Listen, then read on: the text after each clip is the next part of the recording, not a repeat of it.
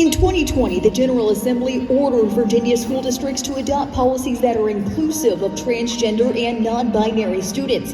Those policies allow students to use bathrooms and locker rooms that conform to their gender identity and allow them to use their preferred pronouns and name. But not every school district is following state law, creating a patchwork of protections across Virginia school districts for transgender and non-binary students.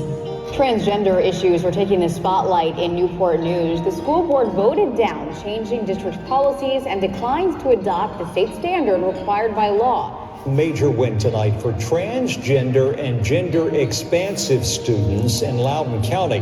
The school board passed that hotly debated policy that secures rights and protections for members of the LGBTQ student community. Today, Portsmouth School Board members will meet to vote to approve transgender student model policies. In March, the Hanover County School Board voted to allow Alliance Defending Freedom, ADF, an anti-LGBTQ+ hate group, to weigh in on the board's equity policy. A partnership between ADF and HCSB can only mean one thing. LGBTQ+ students, Black and brown students, students with disabilities, and those with multiple marginalized identities will be targeted and face further discrimination and stigmatization at school. We won't stand for this. Equality Virginia is ready to show up in solidarity for parents of students like the ones you're about to meet. My name is Kelly, and I live in Ashland, which is in Hanover County. My name is Ann Drucker. We live in Mechanicsville, and we came to Hanover for a job. So I've been in Hanover for, it's been, I think about 15 years. We moved here, like a lot of people, for the schools. Ashland is really as close to an idyllic town as you can get. An incredible sense of community, a great place to raise kids, a great place to just walk downtown, go out to dinner, go to a movie, go shopping, and run into at least 10 people who we know. It's a great community. It's a loving, accepting place on one hand, and it's a closed-minded, scary place on another. But both my kids came out when they were in middle school. My oldest is gay and my youngest is non-binary. One of our children came out as transgender 4 years ago, and he insisted on coming out in the middle of the school year. So it was a big event for the school and the kids in the school. He was very brave and just was ready to live authentically.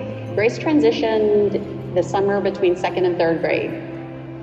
She has always known who she was. We also have a second child who's trans, who is non-binary. And when B came out, it was almost easy because we've been through it and done this with Grace and knew that it wasn't a big deal, that this is who our kid is, and we love both of them. We love all three of our kids so much. At first, things went really well. Teachers and administrators were supportive. But what they kept hitting up against was more systemic barriers, policies, rules, database management issues. There's occasional name calling in the hallways and stuff like that at school. High school's been a lot different, especially for my youngest being non-binary. It's been a way different experience for them, especially with I think kind of the general atmosphere around non-binary and transgender students. There are teachers who say things during class or to the side during class that make students feel unwelcome. So it's been tough. About 3 years ago, Grace was publicly outed on a Facebook post by a parent who was upset that Grace was in the girls' locker room at school. And several of the people who are now in positions of power in Hanover County commented on that post and made derogatory comments about my child. So I've always known where they stood, and I knew when one of them got elected what we were going to be dealing with. It's been tough to know that I'm sending my kid to a school where I've got school board members, I've got teachers, I've got administrators that are either quietly unfriendly or openly unfriendly to my students in particular. It's tough to parent through that because you're telling your child that somebody wants to hurt you. You're communicating to your child that they aren't safe and sending sending Grace to school every day that school year and the next and every school year. I hate sending her to school because I know there are people there who would like to hurt my child because of who she is. It's hard to know, again, that I'm sending them to a school where I know that there are people that are openly against who they are as a person. He's at the whim of their trial and error attempts to be good to him. Teachers and administrators, even the most well-intended ones, aren't prepared and they're not able to do those things. I'm here today to share some of the struggles that my child experiences at school and how the lack of guidelines and employee training regarding treatment of transgender and non-binary students has affected their education. My kids sat down with me and asked me to get involved. My kids knew way more about what was going on than I did. And frankly, before then, I'd never really paid attention to what was going on at the school board. My baby, my precious, precious baby, deserves to be who she is. There is no doubt in my mind that God made her as she is. She is gloriously made. And I would really appreciate it if you guys would stop fighting against the right thing and support our trans students. The call to action, the moment that pushed me, that I knew we had to do something, was the ignorant comments on that post on Facebook 3 years ago. The hateful, disgusting things that were said about trans kids, and the lack of knowing their kids that they're talking about, the hatred that's being spewed towards children. I want every kid to live. I don't want to lose another kid to suicide, and so many of our kids who are trans are dying because of a lack of acceptance. And they just need to be loved for who they are, and it's not that hard. It's such an easy thing to do. My son is a rule follower, and currently there are no rules that indicate how he should use the restroom at school. Consequently, he avoids using the restroom at all. Even the school rules forget that he exists. I think a big part of the inspiration is my child himself, because he is not going to be quiet. At first, I was quiet. It's been a very powerful experience. It's a tough time right now, but there are other parents like me that are fighting. You know, I get frustrated when people say that the next generation growing up are going to be the people that make the change. We can try to make those changes now instead of waiting for when you grow up.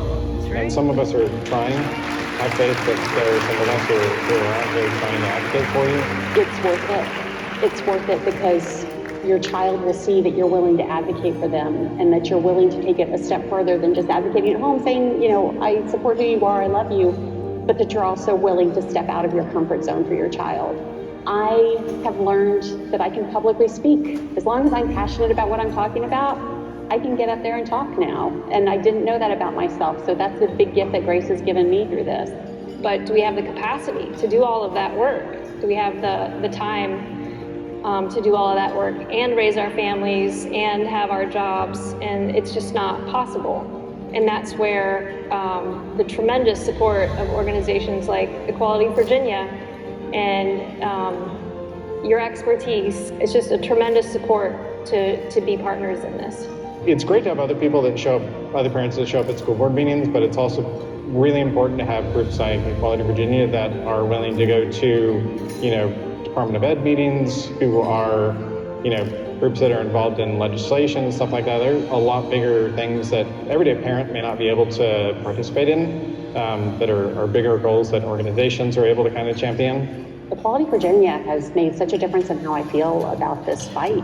Being at the Board of Supervisors meeting, knowing you guys were there, it means the world. It's a comfort zone in that situation to know you have backup, that there is a statewide agency that has your back and has your kids' back.